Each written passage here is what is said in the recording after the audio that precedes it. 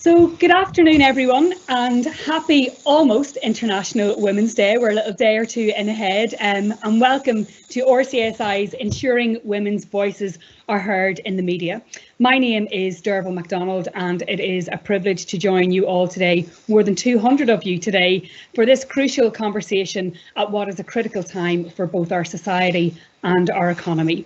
It's wonderful to see RCSI's EDI and Comms team join forces with both Women on Air and Women in Research Ireland to shine a spotlight on what is the chronic underrepresentation of women in media, despite us now forming the majority of the population in Ireland. It is also fantastic to see so many men, including those from the senior management team at RCSI, joining the conversation today. It is so important that we have those he for she male allies on board. So gentlemen, thank you one and all. As I recently told the Future of Media Commission, gender equality is critical to the operation of a fair and functioning democracy, requiring both the full and the equal participation of men and women. Gender equality formed the recent, highly successful campaign by the Government of Ireland to secure a seat on the all-important United Nations Security Council. And yet the dearth of women's voices, despite their expertise and despite forming the backbone of the Irish Health Service, has been one of the most remarkable phenomena during the COVID-19 crisis. But if the pandemic has taught us anything, it is the need for scientists and healthcare workers, but especially our female experts, to speak up and to engage. That's why I believe that the state should hold media providers to account by funding and overseeing a triple lock system of tracking, measuring and monitoring and reporting gender equality. We know that monitoring is critical because what gets measured gets done, and we only have to look to the work of the fantastic Balance for Better business, which has increased representation, has helped increase representation of women on boards by 18% to 30% in less than 3 years, largely due to the fantastic monitoring work that they have done. Today we have what is a stellar lineup of speakers who are going to share their experiences of engaging with the media. They're going to reveal how they deal with the slings and arrows of public debate and give us some of the top tips on how to build the skills, the capacity and the confidence to say yes when you get that all-important call. You, wherever you are an important part of the conversation, so we encourage you to join us online on Twitter at RCSI_IRL. We're also at RCSI_equality and using the hashtags Women on Air and of course IWD 2021. So that's hashtag Women on Air and IWD 2021. So without further ado, let me introduce you to our panellists today. They are Women on Air's Noelle Reilly, Dr. Ruth Freeman, Director of Science for Society at the Science Foundation Ireland, and Professor Susan Smith, a GP who is also Professor of Primary Care Medicine at RCI's School of Medicine. We are also joined by Dr. Sumi Dunne, a GP and clinical lecturer at RCSI, who you'll all know from big screen. She's the resident health expert on RTEs Operation Transformation.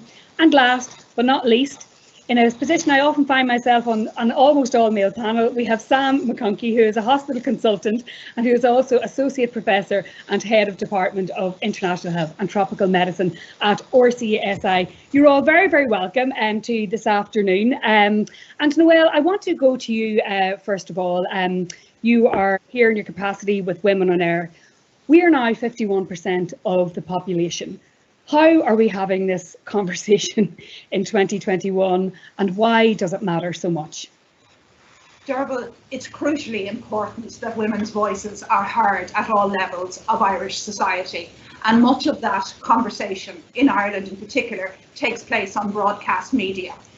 Often the first policy, the first draft of policy in Ireland takes place on the airwaves. And then politicians also, or legislators, will feed back into the airwaves their ideas. They'll often float them, try them out, as we all know. And then when legislation and policy is actually made, that too then is discussed on the airwaves. And figures in Ireland for radio listenership are actually extraordinary in worldwide terms. JNLR figures recently would say that 81% of Irish adults tune in every weekday to radio. Now that's an astonishing figure. But if women, and we reckon the figures, though, as you say, the monitoring research has not been done, but we reckon the representation of women is somewhere between 25–30%. So if women's voices are not being heard, then they're not part of that conversation. They're not part of that policy making. They're not part of the legislation that's ultimately arrived at. So therefore it is crucial and it is important. And in fact, you know, what we're looking for actually, you know, like a lot of, I suppose, women's organisations, we'd like to be out of business, because if women's voices were the norm, there'd be no need for us. If, you know, as you say, we're the majority of the population, and yet we're considered to be diverse, you know, to be other than male, that male voices are considered the norm. And that has huge implications for women. You know, one thing we're interested in is sound. You know, a lot of us come from a radio and television background, and the sound of women's voices are often not, you know, seen as acceptable. They're often described as shrill or emotional or high pitched. Look how all those terms are negative.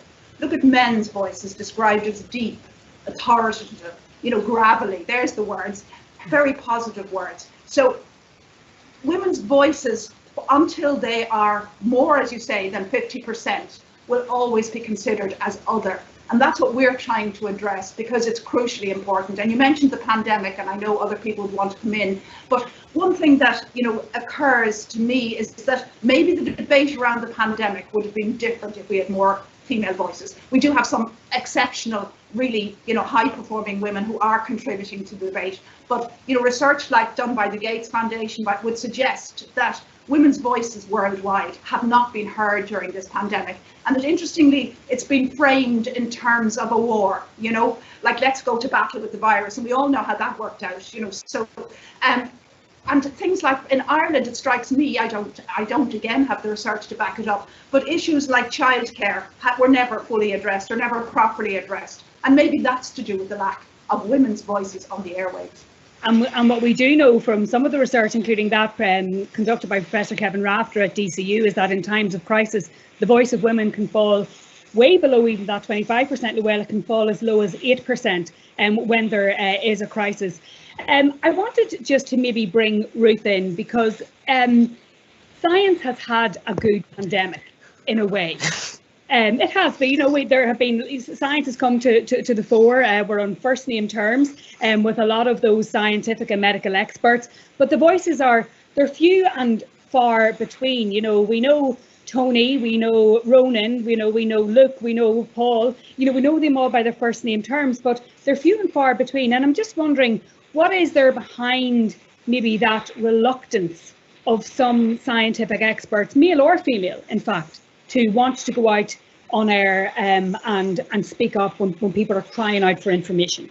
Yeah, I mean, look, I guess with science we have in a way a double barrier. So let's remember that with science already we have far fewer women in leadership positions. So it's a bit like the boards, you know, there's a fundamental issue there that needs to be addressed. And certainly Science Foundation Ireland, we've put in place very progressive policies to look at all stages of funding to try and make sure that no one is ever disadvantaged by their gender, by their time out of work. And it's really all about looking at your potential, and that's what's really important. So that's one aspect that's really important, and we need to keep it there. But I think with science as well, there is something we kind of talk about, almost the fear of the peer. I'm not the absolute 100% expert in every single thing I think I might get asked about. So I'd be very happy to go and talk about X because that's what I work on. But I'm concerned that if I sort of agree to go on air with a journalist, they're going to ask me about lots of different topics around that subject. Or in fact, what's really been fascinating is to just see people introduced as a scientist. And of course, there's all different kinds of scientists. And just because you're a scientist in one area doesn't mean that you're an expert in every area. And I think, again, there can be a fear that as a scientist, it's probably, you know, for medicine as well, you're kind of expected to be encyclopedic. And it means that you should know absolutely everything about everything at the tips of your fingers. And of course, that's never realistic for anyone. So, you know, I think, you know, some of it is about building that confidence and getting people to experience different kinds of conversations, because we all know, those of us that have done media, there's loads of different kinds of engagements with the media, and getting people to get confidence early on so that you can say things like, I don't know about that, or, you know, I'm not going to answer that question because I don't know enough about it. You know, that comes from a confidence and an experience. So it's absolutely something we need to work on. Is there a question then, again, regardless of whether you're male or female, is there a question for introducing communications as an important capacity and component in your training, back in university or whatever, that at some point in time you're going to be called to answer, and this moment we are in, that's the voices that we need. Yeah, and for me, actually, it's much more fundamental than even coming out and talking as an expert or talking about results when they are done. Because I actually think we need to change the whole narrative where we include broader conversations about research even before projects start. We're looking now, we're using this term engaged research, and we need to get our scientists comfortable with going out and talking about what they think they're going to do, who the potential stakeholders might be, what are the potential implications of new technology, because often I think a lot of that happens, in labs and in research facilities, but we only hear about it later. And actually, I think we need to start thinking about the benefit of a two-way dialogue early on. It's not about a one-way dialogue where we are going to tell people what we know. It's about discussing issues with them that we're trying to solve and seeing what perspectives we might bring in at an earlier stage, and actually just breaking down the barrier completely in those conversations all the way through the process.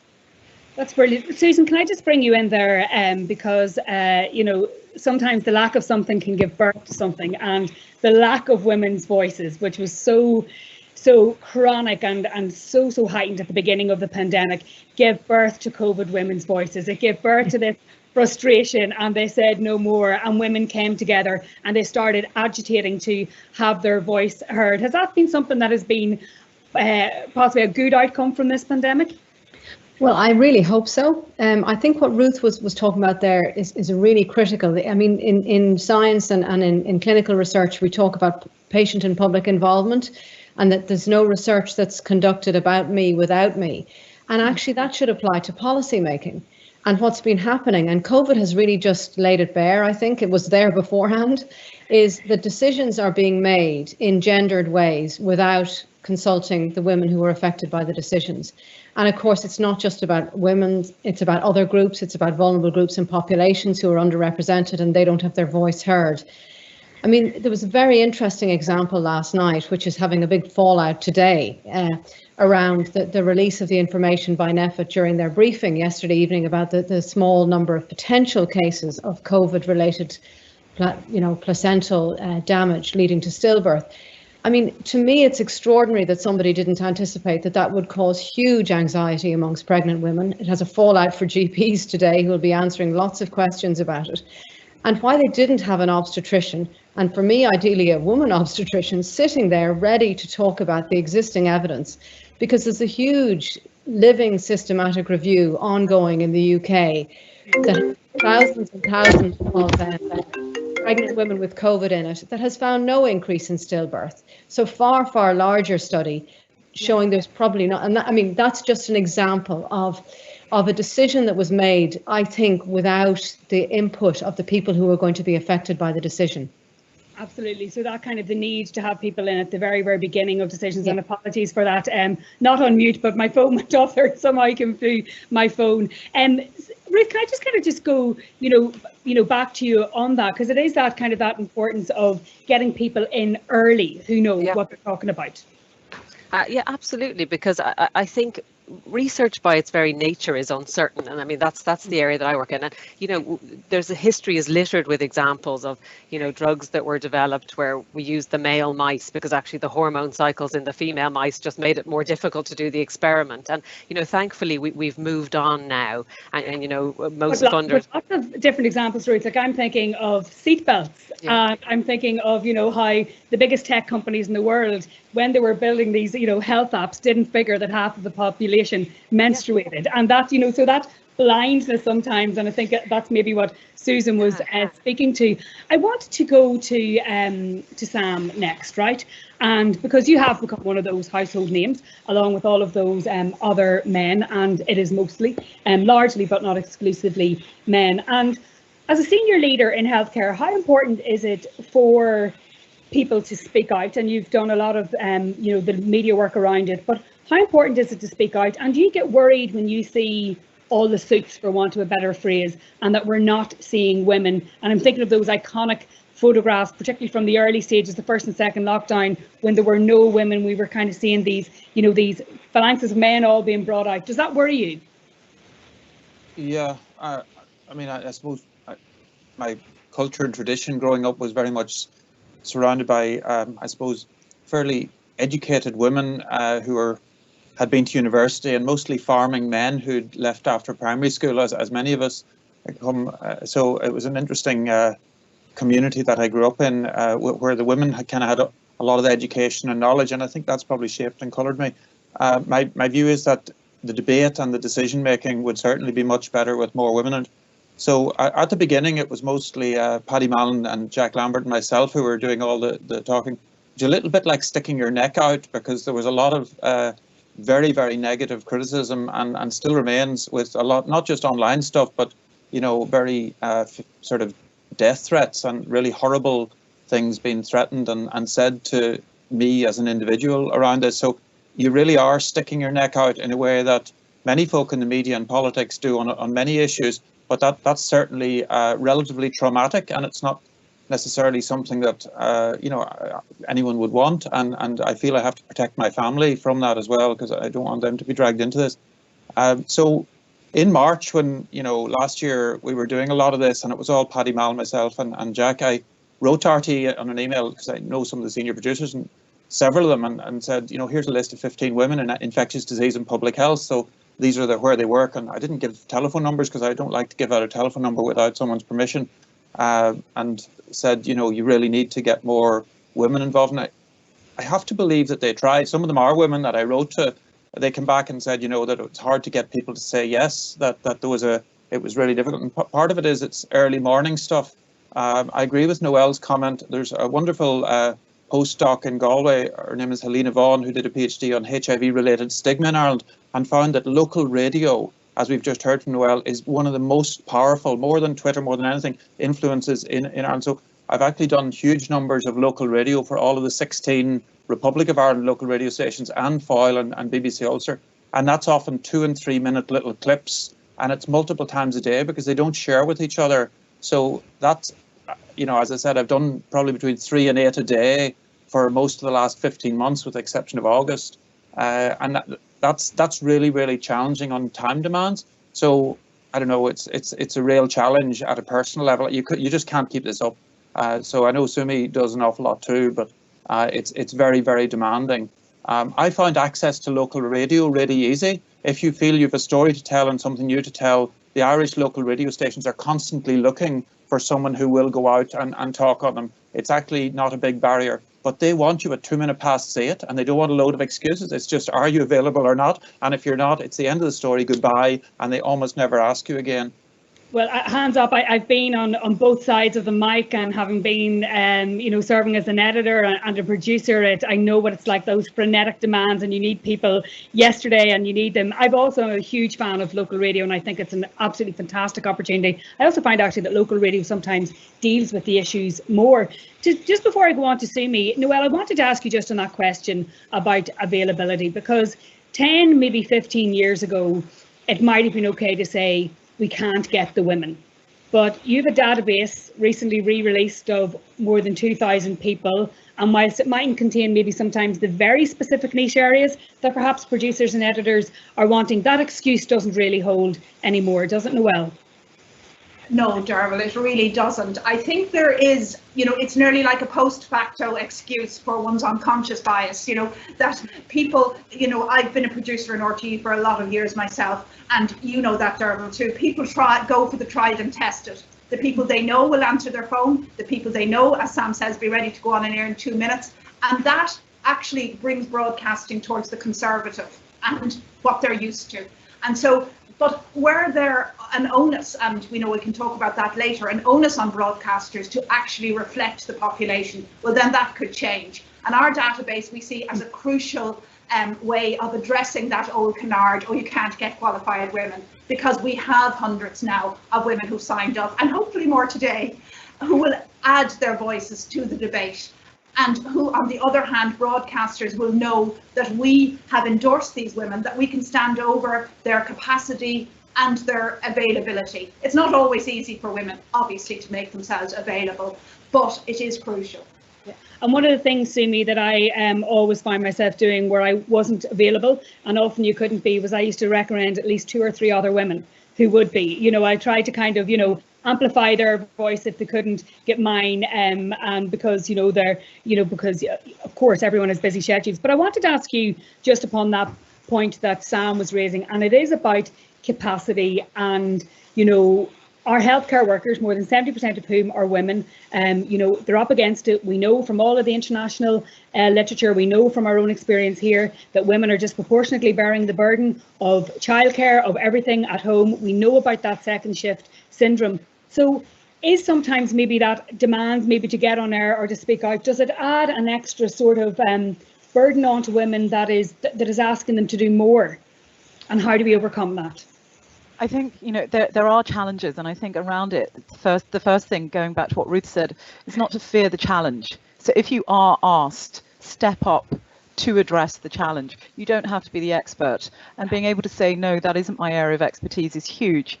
But again, it's balancing and it's mitigating it against the other demands that we as women carry across the board, be it in the clinical sphere, be it on the home front, be it outside the work sphere where we may have additional challenges, and then adding in the media element. I mean, certainly from my perspective, I would try and keep as much balanced as possible. And if the day is going to be incredibly clinically busy, it may not be the day for me to rise to a media request. And I have learnt to say no, but very similar to what you said, Dearbhail, if I am going to say no, I will amplify the voices of 2 or 3 other female colleagues who may be in the position to rise up that day. And similarly, in return, that is then given back to myself. And it's great to hear, and it's great to see that RTE and producers like Noelle are amplifying female voices across a wide sphere, but it does come down to juggling, and it does come down to saying, what can your personal capacity deal with? And it's incredibly difficult if you are called at very short notice to a late night audience to be a participant if there is no childcare, or if you are a carer. Or if you yourself have extraneous clinical demands, you know, first thing in the morning, because patient care will always come to the forefront of all of our aspects. So it's to juggle those and not to get overwhelmed, which can be, I guess, the challenge moving forward. But it's not to fear the challenge. It's to step up and to say, we can do this. It may be slightly modifiable, but we can do this, and to give us the platform and to give us the voice to talk. Susan, I wanted to bring you in there. For years, I was known as Dearbhail Token Chick McDonald because I was almost always the only woman on a given panel. I actually relished that title. I relished the opportunity of getting up and getting on. But one of the things I struggled with sometimes, I was thinking, am I completing a tick box that the producers can say, oh, sure, look, sure, we had a woman on air, or am I being brought on because of my expertise? And I always wanted to know in my heart of hearts that I was being brought on for my expertise, but that I was also secondly fulfilling an important mandate that I feel is important, that if we want to be the change, we have to step up.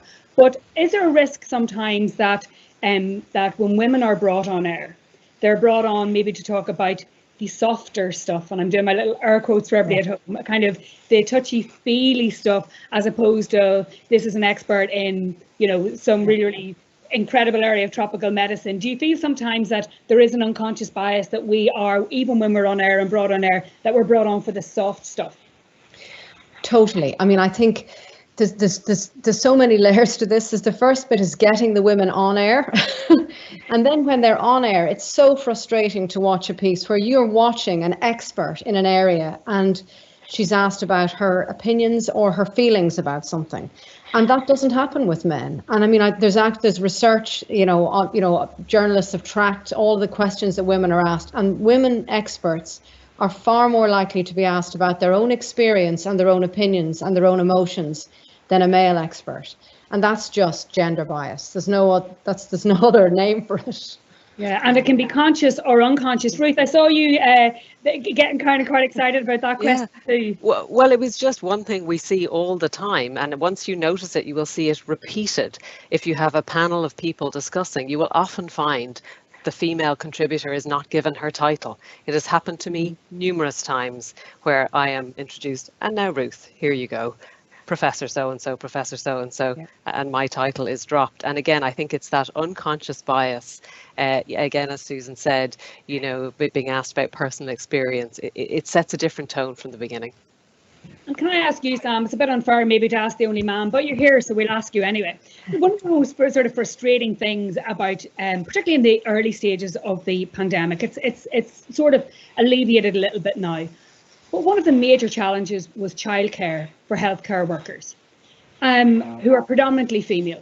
But it often struck me, if that was any other unit, a meat factory, say, another company, where there was a serious challenge with logistics and personnel, the predominantly male CEOs would have been out agitating about that. But when we heard the male voices speaking about the pandemic, it was about the technicalities, it was the medicines. The men weren't speaking about the childcare, and from a management perspective, that really eluded me. And it seemed to me that, again, was this an unconscious or conscious bias that the men, people like you, were being brought on to talk about the science, the medicine, the vaccines, but actually the biggest issue staring us in the face, which was affecting healthcare, which was affecting capacity in hospitals, was childcare. Yeah, I mean, I wouldn't disagree with that. It was probably better solved in Northern Ireland across the border, where schools were actually kept open for children of essential workers. In the south, the schools were completely closed. So that meant that many of the staff that I work with who have children in primary or secondary school had to go around scrambling, and often two staff are working, so they were essentially doing home shifts, as we've just described, providing homeschooling for their children. So that certainly was an unappreciated, unvocalized issue for a long time in the south. And I don't think as a nation we dealt with that very well in public policy terms, or even in the dialogue and media presentation of it. So I tend to agree. Maybe I'll come back in about what we were saying there about the questions being asked. I know, I mean, a lot of my approach on media is quite instinctive, and I just learned to trust my guts, if you like. So I'm thinking back to Ivan Yates, who's, you know, probably one of the most aggressive interviewers that we have. And one day out at live TV in Ballymount, Ivan was coming out with some question, which was sort of like the question from 2 or 3 weeks ago that wasn't really relevant anymore. And I was, I suppose, reasonably okay to just tell him that, Ivan, that's the wrong question. That's last week's news. That's over. What you should be asking is this. And now, obviously, I could get away with that because at that stage, I'd done so much of the television that was able to do it. But sometimes you do have to take control of the agenda and shape the agenda. I spend a lot of time talking to the researchers before the programs to share with them what I think is important and make sure that they're not going down routes that I'm not happy with. And I will just say, no, I'm not going to talk about that. I think if you tell them it's last week's news, then they will run away from it, because nobody wants to be talking about last week's news, especially if I can tell them what next week's issues are. So I've been very privileged to have a very, very powerful role in shaping the questions and shaping the news agenda. I've also sent a lot of my stuff quite openly to, you know, the Sunday Business Post very early on, all my data, all my models, and they published it without my name on it, which was fine. That's what I wanted them to do. So you can actually, if you have a story to tell, the newspaper editors are looking for something that provocative, you know, there. And then Susan Mitchell went to the Department of Health and said, is it possible that this worst case scenario is possible? And they said, well, yeah, that's possible. And then she realized she had a story and was onto something. So what I'm saying, you can be proactive about controlling the agenda, in my view, and that's been my experience. Well, that's interesting, Sumi. I might bring you in there because obviously having worked in operation transformation and you being involved, I suppose, at quite a high level editorially, I think sometimes, and I know this from interviewing experts, they're nervous that you're imposing an agenda on them. Is there a question of confidence to be able to go in and say, no, actually, this is the issue and this is what we're discussing, and to help actually kind of shape it? Is that a confidence issue, or what are your kind of thoughts on what Sam has kind of been saying, to be able to use your expertise to shape the debate? Let me see, can we hear you? Let's just see. Can you hear me now? We've got you back. Thank you. Thank Sumi. you. Not at all. It's not just a confidence issue. I certainly do think it's an experience issue as well. And if you have the experience and the background of the confidence of your ability and what you are shaping clinically, you can bring that then to the media forefront. And certainly very similar to Sam, at times I have said that is not the appropriate narrative. That isn't robust, it is not going to be something that's credible, and it's something that clinically I wouldn't say, so I'm not going to air this today. And people are very respectful around that when you bring that duality of confidence and experience to the table. But it takes a little bit of time. You can't go in on day one and say, I'm going to shape the agenda. You have to read the room as well and be very cognizant of the other issues that may be around. And certainly having the experience of working in some media now, I'm much more able to say, I think these are the important issues. I do feel that we can expand on these. And here's where I'm coming from. And that is now listened to. And that's important moving forward. Susan, it takes time to sort of build a media profile, sustain it. It requires a lot of energy. But what kind of advice would you have from, in terms of encouraging people to really say, look, say yes. Take the time. It's worth it. It's worth that investment, even if you're up against it. Well, listen, Sumi has already said this, it's about rising to the challenge. It's about taking it on.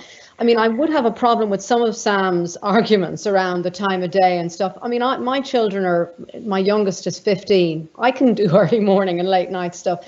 We need to accept that this is about a certain bias in who's being asked. And part of addressing that bias is also the people who are being asked have to pass it on, and that's something that men experts can do. If they accept there's a problem in the representation of women, then they need to be part of the solution as well. And I've certainly heard other, experts like Gabriel Scally talking about actively doing that. Stephen Fry has some big thing coming up to mark International Women's Day, talking about how, we actually need to do structural things to change this. So the people running the agenda, inviting people, have to invite women, and then also a part of that process is the men being invited need to say, is there a woman on this panel, or I have a colleague who's an expert that I suggest that you ask so that you can get another perspective. Yeah, so is that Sam about that kind of that he for she kind of supporting other people, and like, is it something, I don't know, do men gather in a room and kind of think, God, this doesn't look good, it's all kind of our voices, do they say maybe we should try and do something about this, or is it just that everybody's really busy and they do what everybody else does, say yes if they can and no if they can't? Like, is there a we know that the senior leadership in most of whether it's medicine, politics, law, everything are men, so is there an awareness of this as an issue, and the awareness to pass the baton on and to give a platform to other voices, not just women, but to other voices as well? Yes, so several times in studio, either before or after the live event, it is discussed, usually in a negative way, in that we did not achieve gender balance appropriately in whatever it was. So I think there's a recognition there. At the live event, it's too late to change it. It has to be done at the production, at the organisation, at the researcher level. So it's not something you can fix 5 minutes before you're due to go on air. It's actually at the planning stages. And certainly bigger organisations, whether it's RTE or Newstech, have, I think, a very big responsibility to do that. What's harder is the local radio. That is probably the most of what I've done. There's typically one researcher who's part-time, and then there's a presenter. It's a very small show, and they just, as I said, they just want someone to fill a space at 8:02 on the relevant topic. So it's harder in very small businesses to get that. Passing things on is certainly something, as I described earlier, that I've done a lot of. I think things have improved in the COVID story than they were certainly in February and January.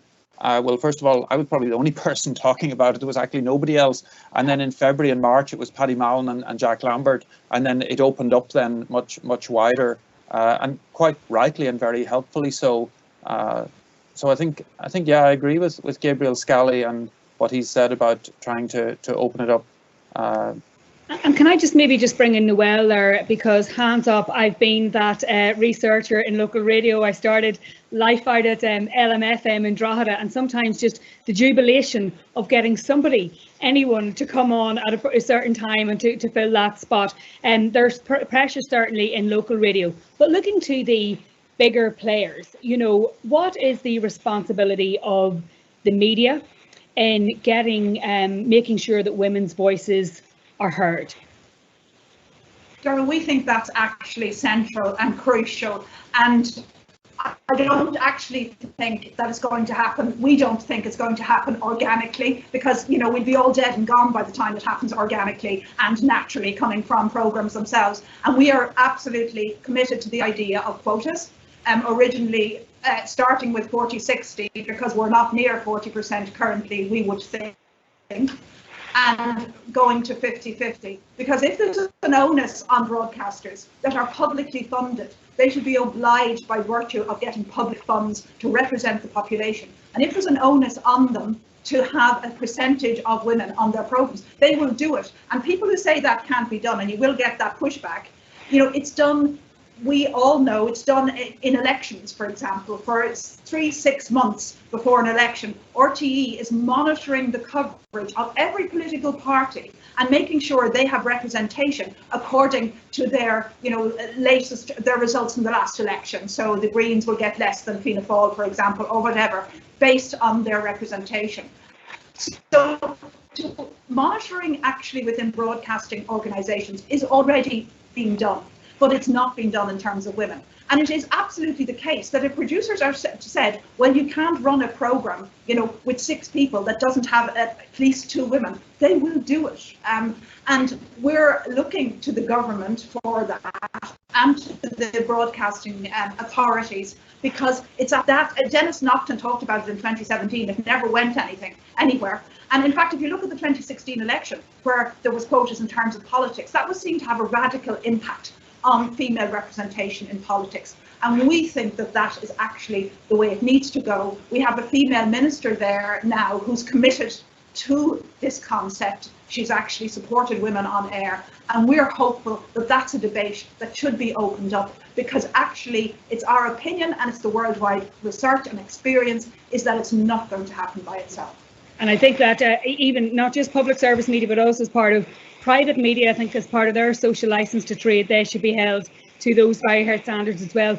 Ruth, can I come to you on something which is a real growing concern, and that is the, I suppose, the regression of female voice in the academic world, that as a result of the pandemic, you know, many women have not been able to even engage to, you know, in academic research. And I'm wondering, you spoke earlier about some of the measures that you have in respect of female research, and I was wondering, it's tied into your funding. Could you maybe just tease that out for us? Sure, and I mean, certainly, I mean, my team in Science Foundation Ireland ran the COVID-19 rapid response call, which kicked off very, very quickly. I think we worked faster than we ever have in terms of the timelines that we had to get that first set of research funding out. And interestingly, we had very, very few applications from women in that first call, and clearly, as around the country, people were scrambling just to manage everything. You know, I mean, we always get fewer applications from women, but this was the most extreme example we'd seen. And we actually took a decision to run a second phase. So again, while that wasn't kind of the initial timelines we all had in mind, because we were all saying, you know, research takes time. If we don't get this money out in 3 months, it won't make any difference. So, but we said, no, we actually think it's worth doing a second phase. So we paused, and it wasn't a long second phase. It was about 3 months, and we got significantly more applications from women. So again, timelines are different when you have that whole range of responsibilities. And what we also saw was, we saw universities stepping up to try and give support to people. But again, the universities and IOTs, they needed time to plan for that support. So I think timelines and information flow is really important so that works. So I think that was one thing. I mean, obviously across the system, extra funding went in to support people who had grants finishing, so that was all very welcome. But you know, I think across the board, we need to think about assessing people in a more holistic way. You know, it's about not being so rigid. with things like funding calls, so people can tell their story of what it is they feel they can deliver, because I think that actually is more inclusive for everyone. Absolutely, and I see both Susan and Sumi were shaking their heads in agreement. Susan, do you want to come in there? Well, it's just to add to what Ruth is saying. I read a study last week that women academics have lost 500 hours of work compared to male academics over the last year. And that's going to compound the already existing inequalities in promotions and output. And there's really, I mean, linking this back to COVID is that we know these things exist, and we need to start actually implementing policies to address them. And I would really agree with Noelle's points earlier there about quotas. But it's even true for our decision making around COVID. We know that there are higher risk groups. We know that they'll be slower to get vaccines, and we need now to be planning for vulnerable groups to be vaccinated in a targeted way, instead of just basing our risk systems on age and hoping everyone will just, turn up and get vaccinated. So it's about learning from data that we know about, both for this issue, but for COVID more broadly, and then acting on it. And can I just bring Sumi in there, because of course, obviously today it's part of International Women's Day and we're talking primarily about women, but I know within RCSI there is an entirely different strand within diversity inclusion, because we're also talking about other voices that are marginalised, and who are deeply impacted by healthcare decisions, whether it is members of the traveller Roma community, whether it's those, in lower socioeconomic groups, whether it's, single parents, lone parents, whatever it is, there is another entire world that does not have voice and is not able to influence. As Noelle kind of described it, it's not just the media is not just the first draft of history, but it is also the first draft of public policy. Absolutely. Dearbhail, and this is what we're becoming incredibly aware of, and certainly as a GP we are seeing this at the coalface every day. There are voices, there are silent voices. They again happen to impact women more from these diverse minority subgroups, and they are the ones that have struggled the most through the pandemic in order to have access back to general practice at a timely manner, in order to have continuity of care, in order to know that their needs are being addressed, but also they don't see themselves represented in the media. So we cannot say for certain, do we have representation across our ethnic minorities from any sub-factor, be it from our traveller women, be it from our Black and Asian community, be it from our Southeast Asian community, be it from our Afro-Caribbean community. We haven't got enough representation yet. And Ireland is changing, and we are moving into a much more diverse sphere. We are moving with people who are interested to hear about other people as well. And it is absolutely right for us to platform and to champion people from other backgrounds. And now's the time to do it.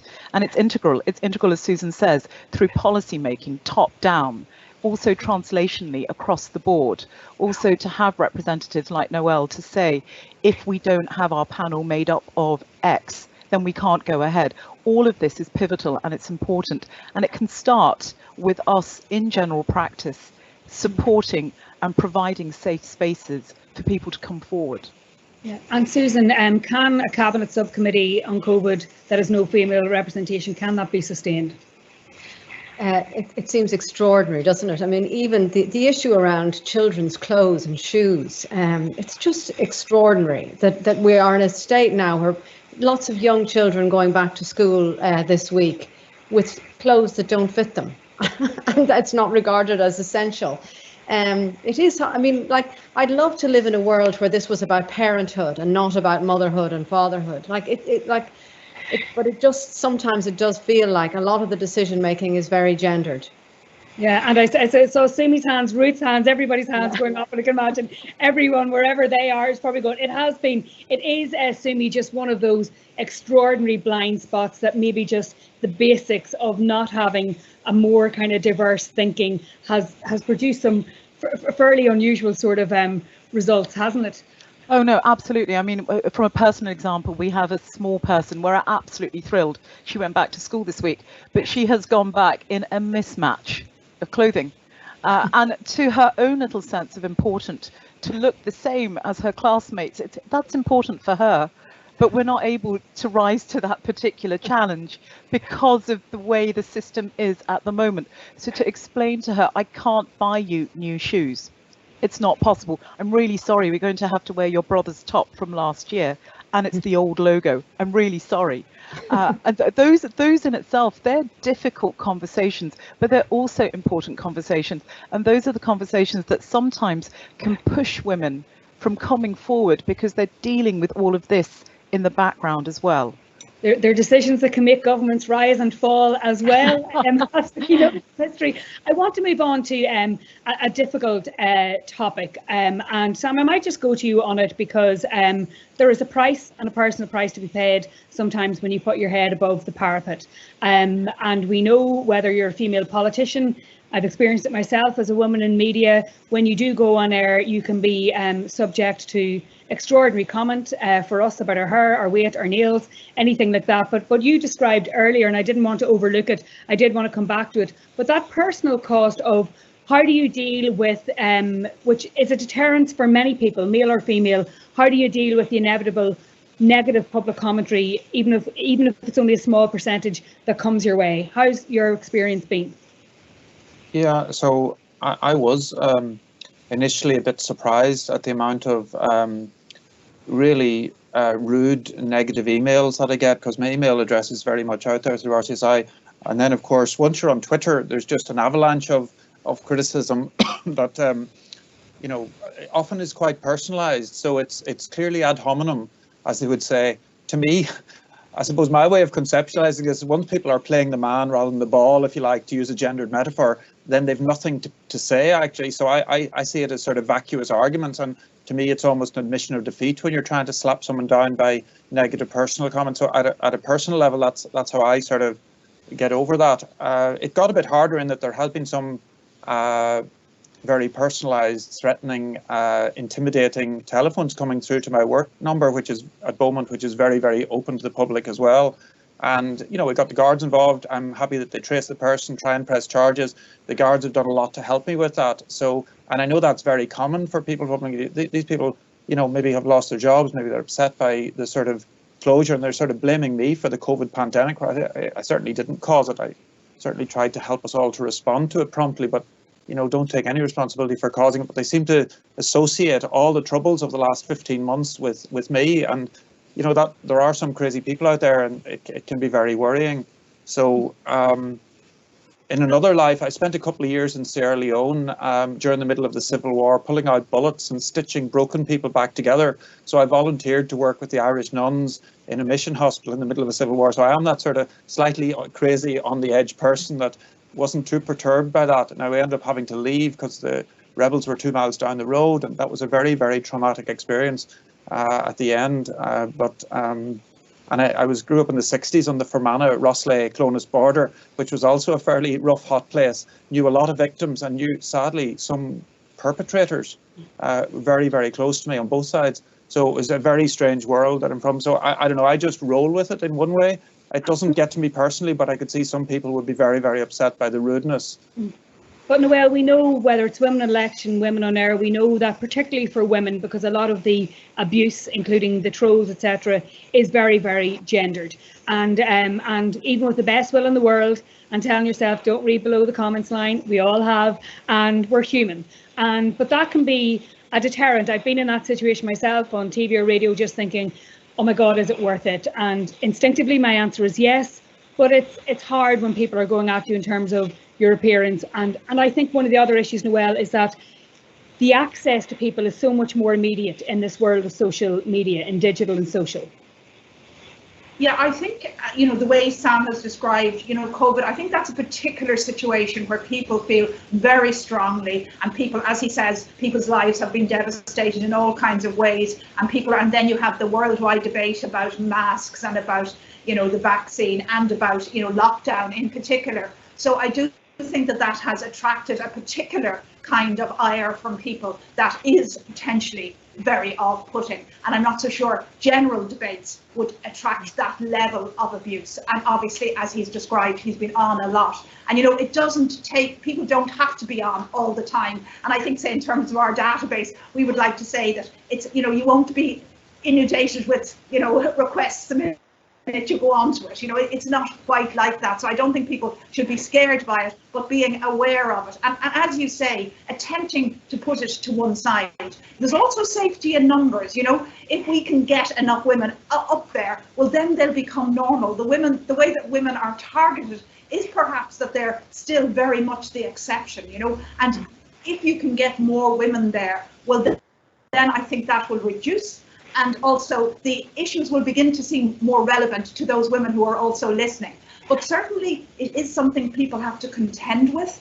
And really, no one has found the exact solution to that, you know. And one thing, just taking up on what some of, you know, what Susan and were saying earlier in terms of expertise and that, I do think as well that women should consider being, you know, more generalist, not to be, you know, the classic kind of study that showed that the job ad and men see what they can do and women see what they can't do. And that applies to broadcasting as well. Like, to be honest, broadcasting is quite a superficial medium in many instances, and it doesn't perhaps need the depth of knowledge that people sometimes think it is. And women may have more of an inclination to say, well, I can't do this because I don't have an expertise, a specific expertise in this, whereas in fact they may well be, you know. And you know that, Dearbhail, is that, you know, media does consume generalists in a big way, you know, people who can talk about a lot of things. It's the nature of media. So I'd ask women to bear that in mind, you know, that they may well be much more able to talk than they think they are. Ruth, is it something that comes up, whatever about fear of the peer does, you know, even for men and women, does that kind of fear of, well, is there a risk that if I am the person that is seen as the public face of whatever it is, you know, do people kind of weigh that up, and do they feel empowered enough to deal with it? Oh, well, I think sometimes they don't, and it is definitely something in science about that deep expertise. But of course, what I will say when I'm talking to women, I'm saying, you know, do step up, because there's a couple of reasons. I mean, as Noelle just said, usually it's really positive. I think that's the first thing to say. You know, normally people are really positive, particularly when we talk to the Irish public about science. They're actually really interested in science and progress, and it's an exciting area. So normally actually what you get is questions and well done. So I think that's really important to say. That's actually most of what you get back. And the other side of it is that as a scientist who's trained for decades, you actually know more than you think. So it's about that confidence to say, I'm not going to talk about that, or I'm going to, you know, switch the narrative to this. But actually, I do know a lot. And also, I can give you my view on that. And my view is valid, you know, and that's okay, because you're giving an informed expert view. And you can be clear that that's not what you've studied for 20 years. But you're given perspective, and like I said, it's normally positive. So again, I would encourage people to do it. It is, and it chimes with my own experience. I think overall the experience of doing media is 98, possibly 99% positive, but obviously where it's tough, Susan, I always try and think of the trolls as people at home in their underpants with six packs, but not the six packs muscles, different six packs, and I try to eliminate it that way. But there is something though about that, about maybe just not letting the fear of maybe negative impacts overtake it, and distinguishing just negative comment as distinct from a sustained campaign by an individual or on an issue. But what advice would you have for people who are kind of just going, oh, I don't know if it's worth it or not? Well, I think, and Sumi said this earlier about building up experience is important, but I would agree with what Noelle says, is that the more women who do this, you won't be targeted, you know, as you know, the person that's known by everyone, and therefore you can be attacked on social media.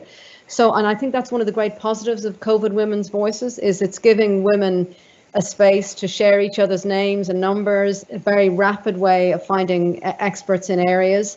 I mean, one of the interesting things about generalism versus experts is I have a problem when I see somebody go way out of their lane, you know, and maybe this is bias on my part, but they have tended to be men that I've seen doing that. And I do think that we need to value expertise as well. And therefore, women who have expertise, even just in an area, should be prepared, and I would hope will be happy to talk about that. And then this idea that we can say, well, actually, I don't know about that. That's not my area. Should be really acceptable. Yeah, but one of the trends, Sumi, which has been interesting, you know, sometimes scientists or healthcare experts say, I only want to go on and speak about that. But there are different types of programmes that lend themselves to broader discussion, and you can have views on those as well. Is it just about kind of navigating, again, is it just a confidence issue and building up? Because look, I love it when I hear experts speak on Sunday morning programmes about perhaps having a view on other things that you mightn't expect them to have. You know, that's not banned either. No, I think it depends on the topic. I think it's fine if they're giving an opinion that's clearly just their opinion. But I think if they're making a, say, for example, a remark about COVID vaccines, it has to be evidence-based, not based on, well, you know, I know loads of people who had a very high temperature after they got the vaccine and, you know, that type of thing. So it's just, I agree, though, of course, we should be able to have discussions amongst ourselves that isn't, everything doesn't have to be from, you know, a statistical perspective. I learned from bitter experience about 12 or 15 years ago, congratulating the goalie after a rugby game, that you really should stick to your area of expertise. I have learned the hard way, and of course we in media make our mistakes very much in public. But I think there is a really, really big part about that, just about resilience, experience, just getting used to it. We have very few minutes left. I see just the 4-minute warning coming in. So can I ask each of you just quickly, and I think you've all spoken about why it is important to speak up, and maybe just for anyone at home or wherever they are at work listening, what is your quick 20-second piece of advice that you would give? And I'm going to start with you, Sumi. I would say don't fear the challenge, don't fear the unknown, rise up to it. Have your voice heard and amplify the voices of others. If you can't do it, have 2 or 3 female colleagues who you know you can amplify moving forward. Also, if you're using social media, make it a safe space. Mute with impunity. They are then shouting into a void as opposed to just blocking. And hashtag people, hashtag allies. Use women on air, women in research in Ireland, women in medicine in Ireland, COVID women's voices. Hashtag them, because that then will amplify your message in a very safe space. That's fantastic. Susan. I would totally agree with Sumi, and adding to that the idea of also sharing your platform with groups that don't have a voice, and making sure that it's not just women who are underrepresented. There's lots of other groups, and we need to work out ways of getting those voices out there as well to inform policy. That's brilliant. Ruth, I'll go to you next. I feel like we'll agree and add. Absolutely, yeah. I mean, I think when you're asked to do it, I guess think about the young person who might see you there, and that might give them the confidence to take a step that maybe they wouldn't have otherwise. And when you're scared, keep that person in your mind and imagine you're doing it for them. Yeah, and can I ask you, Sam, obviously this is important to speaking up, but just even after today's conversation, have you any insights into how maybe we could amplify the voices of women now that we've put you through a full hour of listening to all of us? I'm delighted. I see a lot of the live stuff that I do very much in terms of relationship. So, and I have had the privilege of doing so much that I've got to know a lot of the researchers and a lot of the presenters, and see it as just trying to share with them like I would with my brother or my cousin about my knowledge on something. So I treat it quite sort of informally in the context of a relationship with the person who's asking me the questions, whether they're male or female, and because I see that they've already got credibility with their audience, and it's like a two-way conversation, and that takes a lot of the stress out of it. If I'm seeing it as a conversation with Sumi and we're talking about things. So that's the first thing I'd say. The second thing I'd say is, if you're asked about things that you know nothing about, it's fine, I think, to respond and say, well, that's not my area. But as an ordinary citizen, as a parent, as a person involved in a school, I'm not quite sure that the kids of 4 and 5 will wear masks and be happy with that, and they'll probably fiddle with them. That was my last one a few days ago, that somebody wanted me to talk about masks in primary school children. I don't know much about that, so I kind of dodged it and said I'm a parent, I'm chairman of the school board, but I have no other scientific opinion. So you can reframe the register, if you like, and share with your audience where you're coming from and take off that expert hat. And that's okay. As Ruth said, people are okay with you as an individual with other roles in your life. As long as you make that transparent and clear, I think that's very helpful and okay. And Noelle, you're a business that wants to put itself out of business and to be known as a former sort of an organisation. But the advice that you would give, because I know you've got the database, but you also, there's lots of training and resources that you have to amplify the voices of women and indeed others whose voices aren't heard. we're a community of women who want to add more women so that women's voices can be heard in a myriad of ways. And so obviously we're asking women, and women who are listening here today, to join our database and not to be scared of that. But also for women who have some trepidation, we do offer training, and that's been very successful. We trained over 100 women with very good results, and many of them have become national broadcasters as a result. We also offer workshops. We also actually just ask women to join up. For events, even if you don't want to go on air, that if you're interested in hearing more women's voices on air, that you should connect with us. Well, my own advice is very, very simple. Say yes, and when they ask you again, say yes. And when you say no, make sure you go back and say yes at some point. That is all we have time for today. Thank you for all of the guests who joined us. Thanks once again to Women on Air and to Women in Research Ireland, and to all of the team at RCSI who made today's conversation happen. Today's IWD event is part of a much, much bigger competition. There will be lots of follow-up events coming on, so stay tuned for more updates, and sign up. Make sure that you sign up, speak up, and thank you for being with us today.